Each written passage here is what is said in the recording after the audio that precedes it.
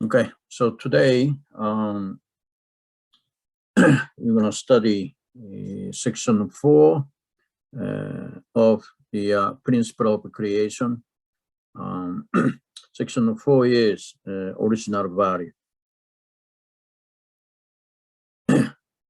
Okay, the process and the standard for the determination of original value. Okay, divine principle says the value of the entity intended at its creation is not fixed as an inherent attribute. It's not fixed as an inherent attribute. So that value of the entity is always determined by this relationship with the human being, right? Human beings has a desire, and the human desire and entity, right? So this reciprocal relationship determine the value of this entity. So that's a kind of very simple truth that, if nobody wants, then what's the point, right? So even there might be a very nice, food or something. If nobody wants that, then nobody's around, then what's the value of the food, right? So basically there is human desire here. Therefore, the entity or existence has the value of existing. So, of course, we may get a little bit deeper than this one, but this simple truth, for me or maybe for many people, this very simple truth here. However, there are some people has proposing, or at least proposed a different kind of view of their value. So, for example, the communist, communist theory is already old and not relevant right now, maybe. But in my age, in the university, this kind of system or value system or view of the system was taught in the university, at least in Japan, a lot of places in university. Okay, that they said the value of the entity is determined by the amount of labor which was invested to create it. So, for example, chair, we have of course, this is a creation of a human being, right? But their thinking is that only something that the human being created by the labor has their value, right? That is their view. So then a chair has some kind of value. Then if you takes like a 6 hours labor, then this chair has that much value. Then a desk that they take the 12 hours labor. So that means like this desk has 2 times more value than this chair. This kind of things. Doesn't matter if a human wants or not, where or not, doesn't matter. Basically, the value is fixed by the amount of that labor. So then the flowers in the field, nobody did anything, just, be there beautifully. So, there's no labor for that, right? That means no value. So that kind of like a view existed anyway. So, okay, just this is not so important, but, for example. All right, so then we keep going like this way. Divine principle says, the value of the entity is established through the mutual relationship between the purpose of the entity, according to God's idea of creation, right, and people's original desire to treasure it and bring out its true worth. So every entity has the purpose of creation. God created them with the purpose. So that becomes the purpose of the existence, right, of this entity. So here is some entity with the purpose of creation. Then here is the human being who has the original desire to pursue the value. It says right? That the people's original desire, but this is important, original desire to treasure and bring out its true worth, right? So that's human here with their original desire. So then when these two has a mutual relationship, then the original value of this entity is determined. Okay, let's read more. Okay, what set the standard by which the original value of an entity is determined? Since its original value is determined when it participates in a four-position foundation. Right? This is a four-position foundation centered on God. Yeah, participate in four-position foundation. And since the center of this four-position foundation is God, it is God who sets the standard for its value. Since God is absolute, the original value of an object partner determined in relation to this standard set by God must also be absolute. So original value is determined by forming this four-position foundation, right? Here is God, and human has the same desire as God has.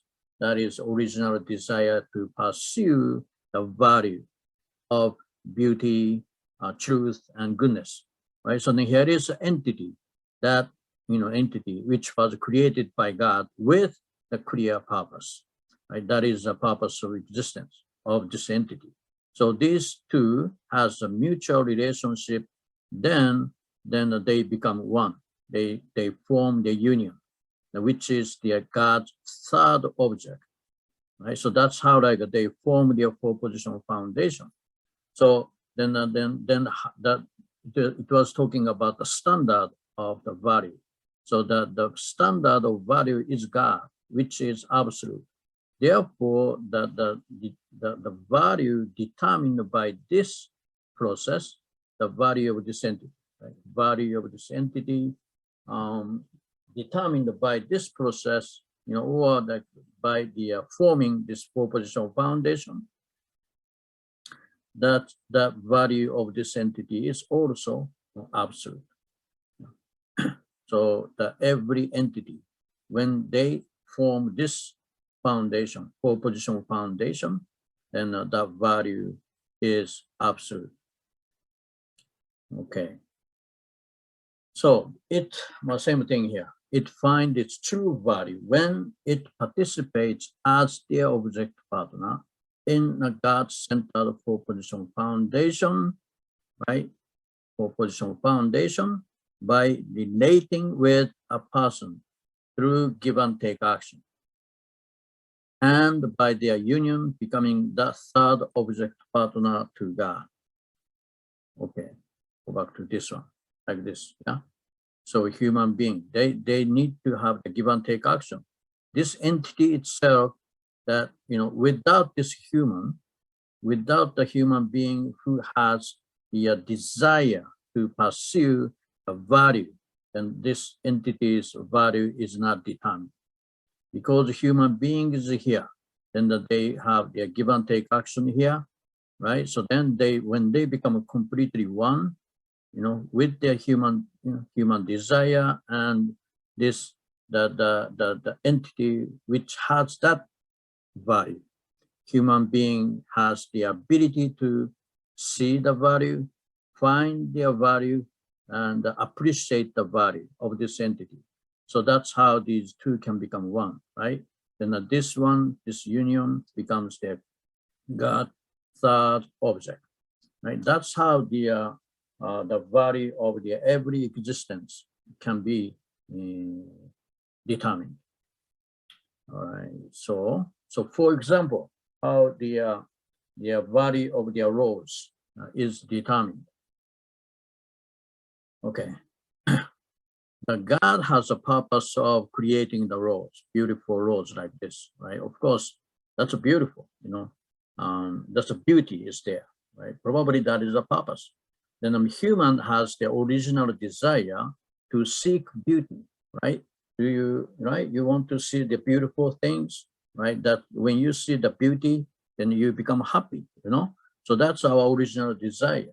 So we have that, we seek that kind of value of the beauty. So we have, that is our original desire given by God, and actually God has that kind of the desire, right? So human has it. When humans see this kind of roles, right, then so human find the beauty there, incredible beauty, value is there, right? So human appreciate it, right? Then the human appreciated that the stimulation coming from the beautiful roses.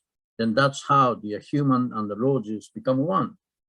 That they create the union. When they create that union, then that becomes the third object of God, right? That when we created such a four-position foundation, that the beautiful rose, that rose has the absolute value. The rose, the value of the rose is absolute. So beautiful, amazing. The value is there, right? That's how the value is determined. Okay, so divine principle explained here. Consider a rose. How is its beauty determined?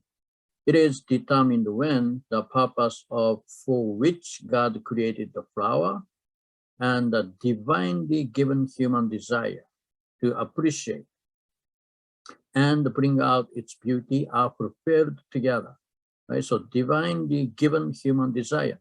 So we have such the divinely given desire to pursue the value, right? So that we have that one.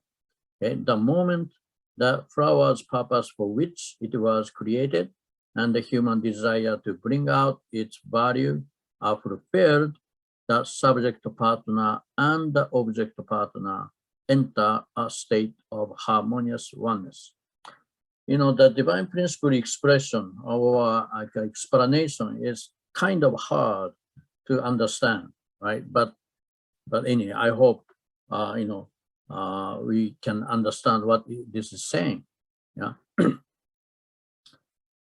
this human and roses, based on the human original desire to seek beauty, and the beautiful roses here.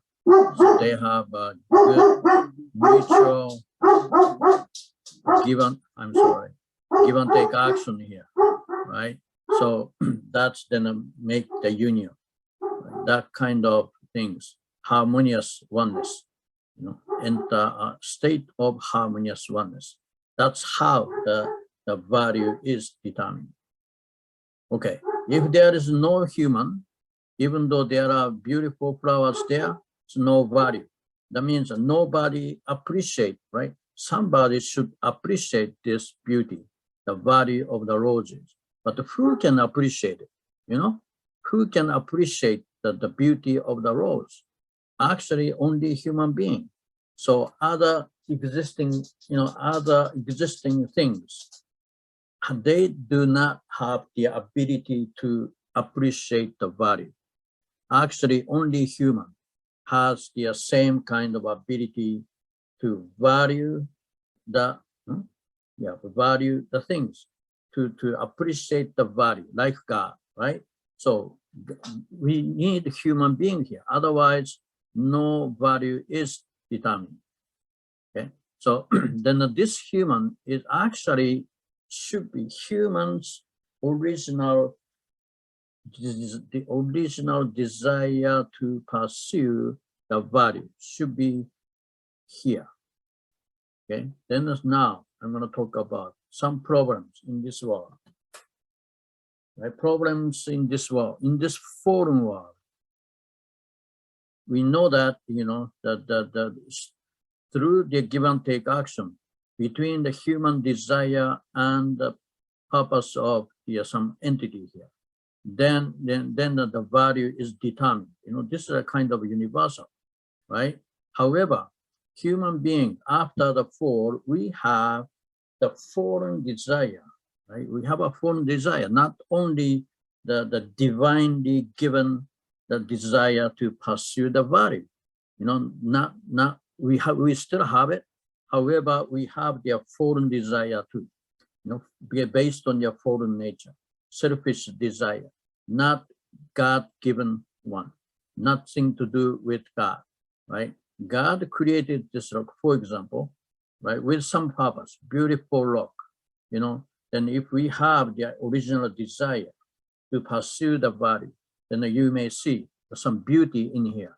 And or you can utilize this rock for their good purpose. Then that rock, this could be the very valuable rock, right? However, if we have the fallen desire too here, there is a desire, fallen, like this person wants to harm others, wants to kill somebody, right? So if he has that kind of fallen desire here, then for him, for this fallen man, this rock has a value, because that person can utilize this rock to kill somebody, right? The rock could have the value as a weapon. Yeah, right. That's kind of things are happening in this world. So through the relationship with the human desire, then the value of things are determined. However, we are talking about the original value here. This kind of value is not original value. We don't consider this is a value. This is not the God-centered value. This is not original value, right? That the something determined by this fallen desire is not a value. We don't consider that the value.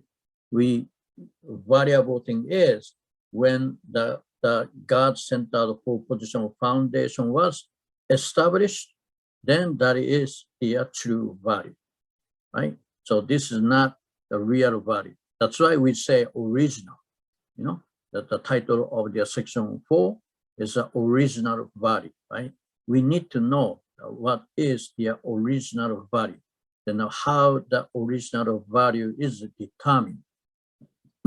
That's why we have this section. So this is a kind of, I don't know, strange example. That is the lots of like women in the pornography, yeah. So then that is valuable for their many foreign men. That's why they spend a lot of money, right? Why?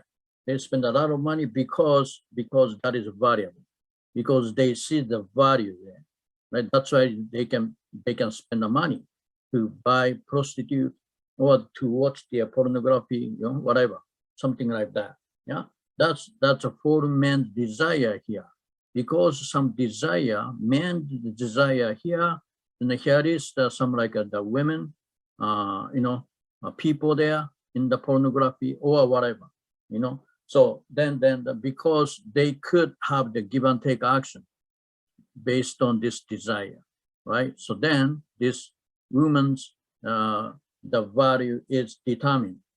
You can pay some money for that. You can pay some money because this person think there is a value there, right? So the selfish desire, selfish sexual desire here, then this woman's value is determined by this give and take action, right? False value, right? That kind of value we consider, that's not the value. That's not the value of the human being. That's not the value of the woman, right? So that's not. But in this society, like we are living in this kind of value system. There is a human desire, then the object, like some existence there, and through that give and take, and some value is determined, right? But we need to see that what is their true value or original value, right? So now in this case, like a variable, this woman is variable because it can fulfill man's sexual desire. Right? So variable. In this fallen world, that could be the variable, but that's not the value, right? True value or original value. Yeah. So the man used to treat the women as their commodity. spending money for that, then buying for that. That kind of stuff has been going, right? In this fallen society, fallen history, we can see that kind of amazingly wrong, the stupid things, have been happening, right, until today. So we need to fix it. Then we have to see things from God's viewpoint. Original value of human beings can be determined by this one, the man's original desire to pursue their original value. Okay, so anyway, so let's talk about the value of the human being, original value of human beings, right? God has a clear purpose of creation. God has a clear purpose of creating each one of us, right? We have the purpose of existence. God created us with the purpose.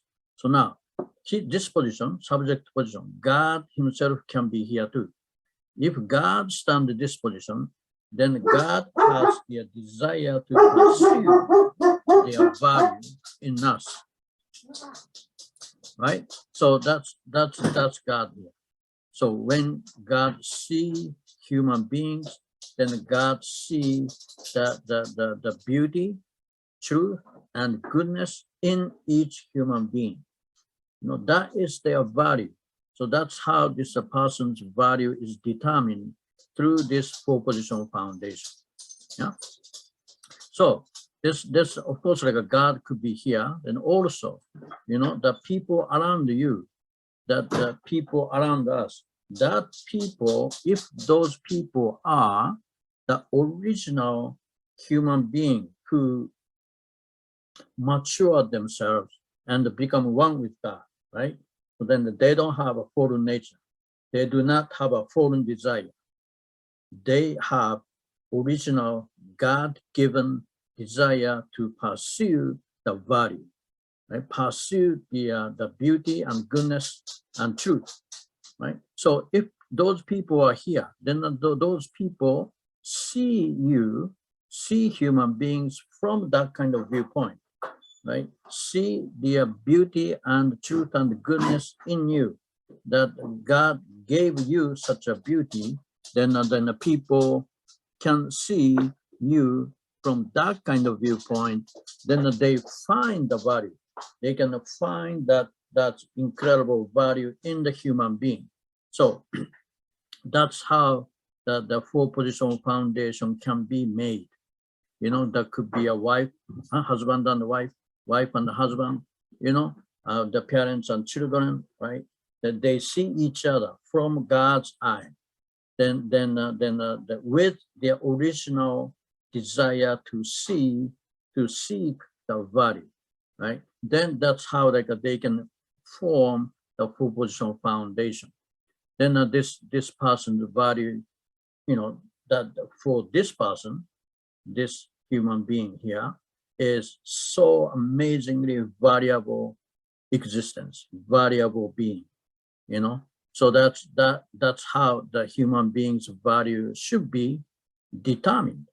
The value of the human being should be determined by forming this four-position foundation.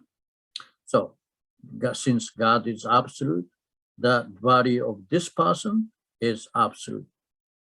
That's the original. That's the original value. This is the original value system. How the person's value is determined. Just like this, forming your four-position foundation, and this union become God's third object, right? So again, in this fallen world, it's not working like that way, right? It's not working. So, right, how you determine your value? How do you see your value? Okay, basically, we want to understand my value, right? You want to be a valuable person. I want to see my own value. Then how can you see it? Basically, usually, that's based on how people value you. you know, of course, maybe not all of the time, I don't know, but often, right? Often that you believe your value is determined by the relationship here, right? That's very natural. That means how people can see you, how people see you, right? That the foreign people has some kind of a desire or expectation here. Foreign humans expectation, desire, right? So that's then they have some kind of like a way to see you. Then try to assess you, try to seek something in you from their foreign viewpoint.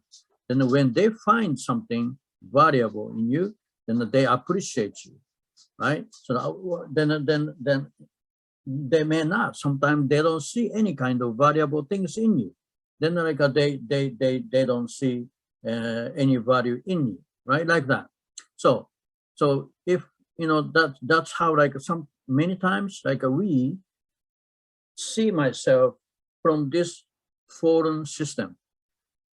You may see yourself from this kind of foreign system, how people value you. Then that determines your own value, right? How people see you, what kind of give and take action is made here. Then like your value is determined by this give and take action, not centering on God, nothing to do with God. The foreign people's desire is subject, partner, right? What kind of like a view they have, what kind of like eyes, what kind of desire they have, right? They may determine you by the external appearance, or like what kind of ability you have, what kind of skills you have, how rich you are, what are your social positions, that kind of stuff, right? So that's how like people see you, probably see us, you know, see other people, you know. That's like a foreign viewpoint, external, very foreign viewpoint. Then try to determine your value. Then you accept that. You accept that kind of like a system. So then you determine yourself by how other people see you. That becomes the standard of your value, you know. So in that case, you know, like then like that you that your value changes a lot depending on what kind of people are around, you know, or what kind of like a company you're working for. You know, that's everything depends on these foreign people around you. Yeah. So then that your value is changing by the circumstances, in the what kind of a community you are in, what kind of a country you are in, or everything affects. Then your value is always ups and downs. If people recognize you, then you might be happy. If people said, I don't need you, then you goes down, you know, your feeling goes down, right? Ups and downs, ups and downs. Then you don't know. You try to find out your value, you know, and trying to sell your value to their people. That kind of things might be happening, right? So, but this is the foreign system. This, our original value is not determined by this, not determined by their foreign people who are like a relationship with their foreign people, right? Your value, our value should be determined by this God-centered four-position foundation.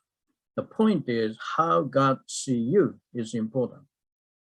Your value is determined by this, you know, that if you have a people around, that person should have their God-given original desire to pursue the value. That means like the person who has the God's eye, like God, how God to see you, right? If that kind of person is around you, then that's fine. I mean, then you know God loves you, how God see you. You know, when God see you, then from God's viewpoint, you are so valuable, right?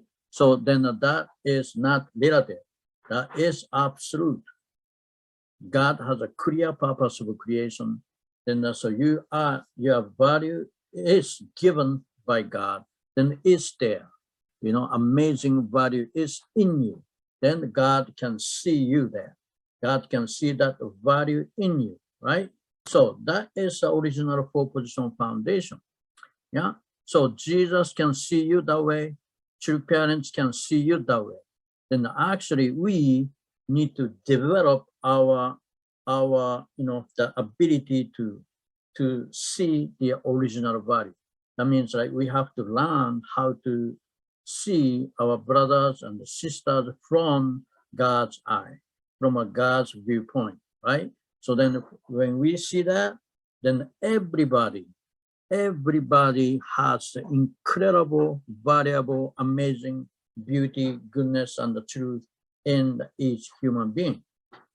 So that is the truth. That is the truth. That's just like we need to learn it. We have to have it. We have to develop our ability to see other people that way. And also we have to understand this is how my own value is also determined. My value is not determined by the foreign people around, who do not know God's eye, who do not know the how God sees people, right? So that's very important, So we need to know that that my own value is absolute. We need to know God created me. God created each one of you with the clear purpose of creation, even though we are fallen right now, but the seed of the goodness, beauty, truth is in us. Then what God wanted to see is that one. Actually, God can see it because each one of us is God's creation, right? So God still has, God's love is absolute. God loves you because God created you, because God created you as his children. That is the fact. So we need to kind of understand that my own value is also determined by this, by forming this four-position foundation. So then, when we really understand that, right, then when you understand that your value is absolutely great, and that is absolute, no matter where you go, no matter what kind of things of foreign people say about you, doesn't matter, that your value is absolute. So, okay, so that's anyway, so one point. The value, original value, center is God. Okay, that God center the four-position foundation, then original value is determined. Original value of yourself is determined that way. Then we need to know that, right? We need to know. Actually, many people don't know this. That's why sometimes people doubt about your own value, right? Okay. So next session, love and beauty, divine principle. Okay, when two entities, discrete manifestation of God's dual characteristics, form a common base and seek to unite as the third object partner to God and establish a four-position foundation. That's a long sentence, huh?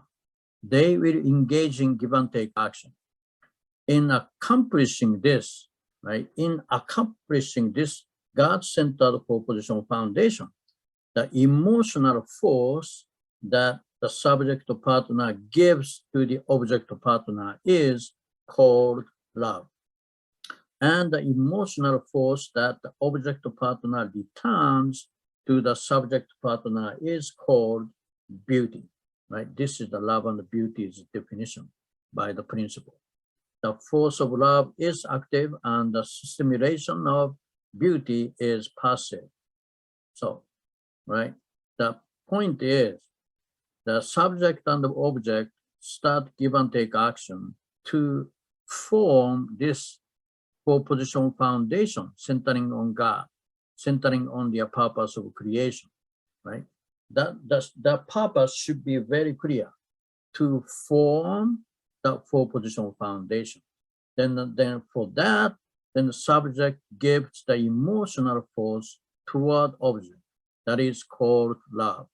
And the object, by return, so object is also returning the emotional force to the subject, right? It's called beauty. From a subject viewpoint, subject gives the love, then subject receive their beauty from their object. That is their love and the beauty. Through this love and the beauty give and take action, then you form your four-position foundation. So if not forming this God-centered four-position foundation, we don't call that love, right? So that Archangel Lucifer's love toward Eve is not love, even though we say love. So that's why we have to say true love or false love, right? This is talking about the true love and beauty. True love and beauty. True love is if you practice true love, love somebody, right, with the true love, right? So then you become one, you want to become one with that object, right? Through that love and the beauty give and take action, you become one with that object, then that is centering on God, so that they can form the four-position foundation. That is the true love and the beauty. Yeah. So in the relationship between God and human beings, God gives love as a subject partner, and the human beings return the beauty. So God loves us, then we return beauty. But maybe already you realize that, even though like from a subject viewpoint, then subject is receiving the beauty, we call this beauty. But from an object viewpoint, because object receive the love, object wants to return love toward the subject, right? Emotional force, divine principle said. Return the emotional force to subject. What does that mean? That means object love gives love to their subject, right? So because object receive the love, that's why object wants to give the love toward their subject partner. Okay, so then we call that beauty somehow. All right, so okay, let's continue. In the relationship between a man and a woman, the man is a subject partner giving love, while the woman is the object partner returning beauty. In the universe, people are the subject partners who give love to the natural world, and the natural world returns beauty as an object partner. Right? However, so this is an important part. The subject partner and object partner become completely one in harmony. Right? When the subject and object become completely one in harmony, love is found within beauty, and the beauty is found within love. Huh? Love is found within beauty. So, because basically the beauty is love, and the beauty is found within love. So, this is because when the subject partner and the object partner become one in a circular movement, the subject partner sometimes act as an object partner, and object partner sometimes act as a subject partner. Circular movement, circular movement, where you can imagine the circular movement. Circular movement, of course, like if center is huge and very small things running around that big center, then that might be like just a simple circular movement. But like when subject and object is like the same, like man and woman, same, right? Man and woman both came from God, same value, same, just representing the one part of God, right? Man is representing one part of God, then the woman is representing another half of God. That's man and woman, so about same. So when they are making the circular movement, when you see they are running around, that's, you may say originally man is the subject position, but the subject position is also running, like when you see this kind of movement, I don't know if you see, can you see this? subject, but not the subject is like a sitting here, and object is running. When you are making this circular movement, you move like this, then the subject object both can be your subject and object. Anytime you can switch the position, then freely, especially if you are in love and if you are one in harmony, then the subject object switch very naturally all the time. Then that means like you want to love all the time, and you want to return love all the time because you are receiving love, right? So then you don't know, which started first. You are always feeling love, receiving love. That's why you always feel you want to love the person, right? That is a love relations between man and woman. Then actually between the parents and children too, right? So that's how the subject object is like that, always that can switch the position. Okay, so loyalty, filial piety, and fidelity. Maybe we can just read this one. In interpersonal relationships, the beauty that a subordinate returns in response to the love of the superior is called loyalty. And the beauty that children returns in response to the love of their parent is called filial piety. The beauty that a wife returns in response to the love of her husband is called fidelity. The purpose of love and beauty is to enable two wholesome beings springing forth from God to establish the four-position foundation and realize the purpose of creation. That, it's a different kind of love, is different kind of beauty is called like loyalty, in this case, loyalty, filial piety, and the fidelity, right? But the point is, love and beauty, when any kind of relations between man and woman, or like the boss and the employees, or the parents and children, whatever, right? When they have their good love and the beauty, give and take, and the relationship, then they made the whole. That's made the things perfect. Okay, if subject object partner, I already learned. If there is no object partner, then no subject partner. They don't exist by itself. They live together. They exist together. Right? Basically, in this universe, everything has the love and the beauty relationship. That's the model, at least. That's the model. That the human family relationship, right? In the family, love and the beauty relationship. In the family, four-position foundation in the family. That is the model of this entire world. Okay, so everything is existing for each other. Okay, so this is the last one. God's love is manifested through the various loves in the family. Had Adam and Eve attained perfection, each becoming a substantial object partner to God, right? Resembling one of his dual characteristics. Yes, they would have joined as husband and wife and raised children in a godly family. Right? That's Adam and Eve. Adam and Eve become perfect and become perfect husband and wife, and they raise their children. In so doing, they would have deeply experienced three kinds of original love with their three object partners. Yeah. So three objective partners, right? If centering on man, so man has a God and his wife and his children, right? Through those three object partners, they experience parental love, conjugal love, and the children's love. Only then would they complete the three object purpose and form the four-position foundation.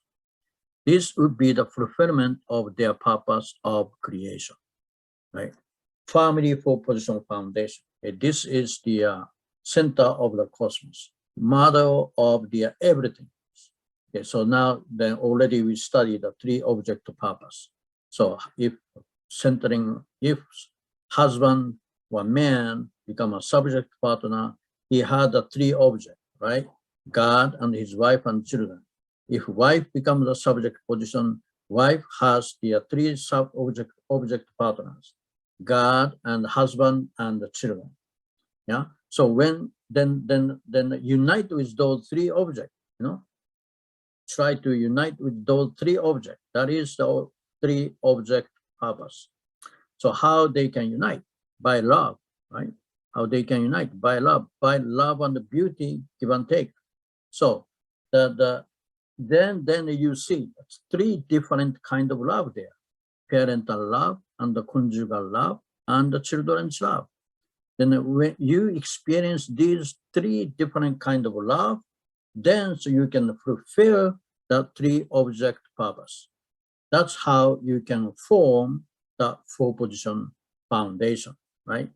That you can establish the family level four position foundation by experiencing these three kind of love: parental love, conjugal love, and children's love. Okay. Then God's love is the subject to the various kinds of love flowing through the four positional foundation. Yeah. Therefore, God's love is manifested through the various loves in the three object partners. Basically, God's love is manifested as parental love and conjugal love and children's love. Yeah. God's love is the underlying force which breathes life into the four positional foundation. Accordingly, the four positional foundation is the vessel of perfect beauty through which we can receive and enjoy the fullness of God's love. It is also the home of perfect joy and the wellspring of goodness. Upon this ground, the purpose of creation is complete. Yeah, purpose of creation is complete by experiencing this kind of love in the family. Yeah. So basically God, we know God is love, right? Then how we can experience God's love, right? We can experience God's love in our family. God's love is manifested in the family, right? Not only that you can't experience God's love, you cannot fully experience God's love only by the wife and husband relationship, or only by their parents and child relationship, or siblings relationship. No. So that all three different kind of, or four realms of heart. We say four realms of heart, right? The four different kind of love, or three different kind of love here. So that God's love is manifested through those different kind of love in the family. Therefore, when you are in the family, then growing up in the family, then get married and establish your own family, then you can experience the full God's love, God's love fully, right? So that's why the family is so important, and the family is the basic unit of the kingdom of heaven. Without family, no. The only family, only through the family we can experience God's love. All right. So that is the content of the section 4. I think that